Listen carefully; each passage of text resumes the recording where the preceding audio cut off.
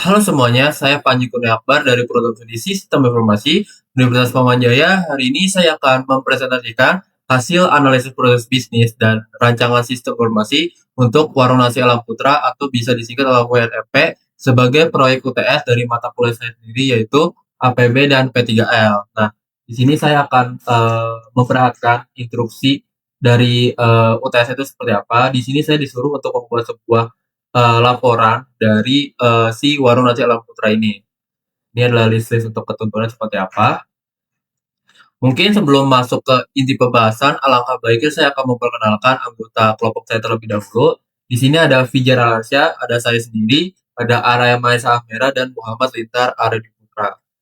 Selanjutnya, di sini saya akan menjelaskan latar belakang dan permasalahannya. Jadi WNFP saat ini masih mengandalkan sistem manual dalam operasionalnya.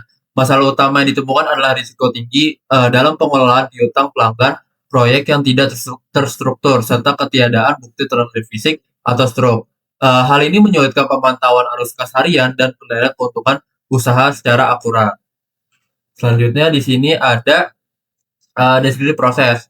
Jadi proses bisnis di UNFP berlangsung sangat intens, dimulai dari persiapan bahan baku pada pukul 3.30 dini hari hingga penutupan di malam hari. Seluruh alur kerja mulai dari pengadaan hingga pelayanan pelanggan didokumentasikan melalui proses elisitasi langsung dengan pemilik usahanya.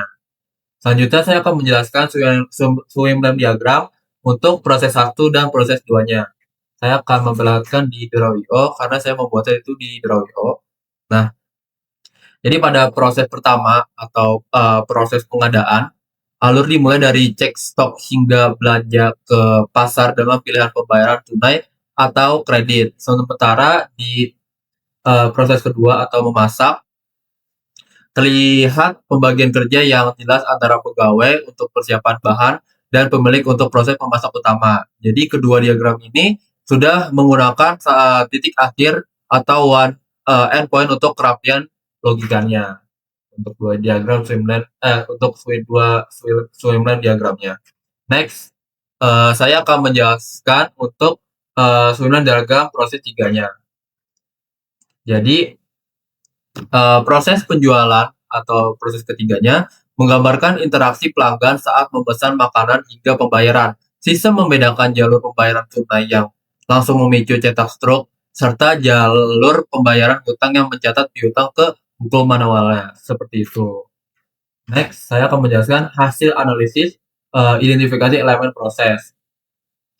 Jadi berdasarkan analisis elemen proses, aktivitas utama mencakup pengecekan stok, memasak, dan pelayanan transaksi. Aktor yang terlibat terdiri dari pemilik sebagai pengontrol utama, pegawai sebagai operasional, pelanggan, serta pemasok bahan baku.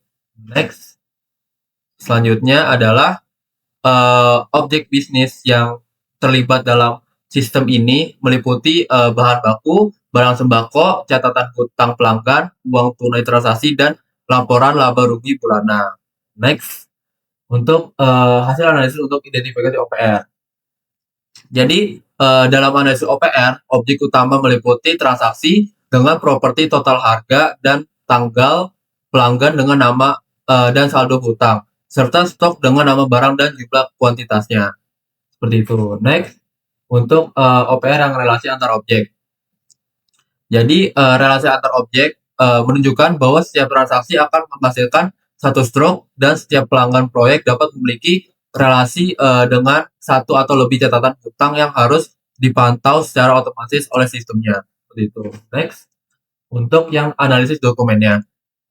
Jadi analisis dokumen menunjukkan ketergantungan pada buku tulis manual dan ingatan. Dokumen utama yang perlu digitalisasi adalah buku catatan piutang dan nota belanja harian untuk mengurangi redundansi datanya.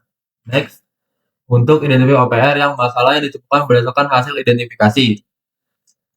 Jadi berdasarkan identifikasi OPR, masalah krusial adalah tidak adanya sinkronisasi antara data stok fisik dengan catatan penjualan, serta sulitnya melacak riwayat bayar hutang pelanggan secara cepat tanpa harus membolak-balik halaman bukunya.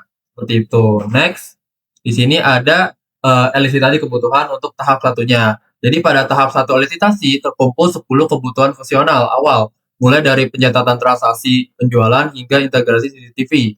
Kami juga mengidentifikasi kebutuhan non-fungsional seperti antarmuka yang sederhana bagi orang yang awam, seperti itu. Next, untuk yang elisitasi tahap kedua. Jadi melalui metode MDI, kebutuhan seperti POS, manajemen hutang, dan cetak struk diklasifikasikan sebagai mandatory, sedangkan integrasi CCTV dianggap sebagai esensial untuk lingkup sistem yang saat ini. Seperti itu. Next, analisis kebutuhan untuk tahap ketiganya. Jadi, analisis TOE menunjukkan bahwa kebutuhan prioritas tinggi seperti aksesibilitas mobile dan keamanan data memiliki sebuah kelayakan teknis dan operasional yang tinggi untuk segera diimplementasikan. Next, di sini ada elisitasi kebutuhan untuk final draft-nya. Jadi, ini adalah hasil akhir elisitasi menyepakati sistem dengan modul login, manajemen hutang otomatis, sistem inventaris, dan fitur notifikasi stok menipis untuk menjamin kelancaran operasional warungnya seperti apa. Next, di sini ada use case diagram. Saya akan memperlihatkannya di Draw.io. Nah, jadi ini adalah use case diagram. Kami terdapat 10 fungsi utama atau 10 use case dengan relasi include dari transaksi ke cetak struk, serta relasi extend untuk fitur cerdas, notifikasi hutang, dan stok agar pemilik dapat bertindak proaktif, seperti itu. Next, saya akan menjelaskan spesifikasi use case-nya. Jadi, skenario login memastikan atau login sistem keamanan akses aktor. Sementara pada transaksi penjualan atau mengelola transaksi penjualan, sistem secara otomatis menghitung total harga dan menyimpan data ke database riwayat penjualan hariannya. Next, itu adalah untuk spesifikasi mencetak struk pembayaran dan mengolah hutang pelanggan. Nah, sistem secara otomatis men-trigger cetak struk fisik sebagai bukti transaksi. Pada modul hutang, saldo piutang pelanggan akan diperbarui secara otomatis tanpa perlu kalkulator manual lagi, seperti itu. Next, untuk spesifikasi use case, mengelola stok barang dan mengelola pesanan catering. Jadi, modul stok memberikan status keamanan barang secara real time. Sedangkan untuk catering, sistem memberikan label identitas unik agar pesanan tidak tertukar antara satu pelanggan dengan yang lainnya. Next, untuk spesifikasi use case melihat laporan keuangan dan mengolah data pemasok. Jadi yang terakhir ini adalah modul laporan menyajikan laba rugi bersih secara otomatis, dan untuk fitur pemasok itu untuk membantu pemilik melacak kewajiban pembayaran belanja modal agar keuangan tetap sehat, seperti itu. Mungkin sebagai kesimpulannya, transformasi digital ini akan mengurangi kesalahan manusia dan meningkatkan efisiensi operasional WNFP secara signifikan. Mungkin demikian presentasi dari saya, kurang lebihnya mohon maaf. Terima kasih.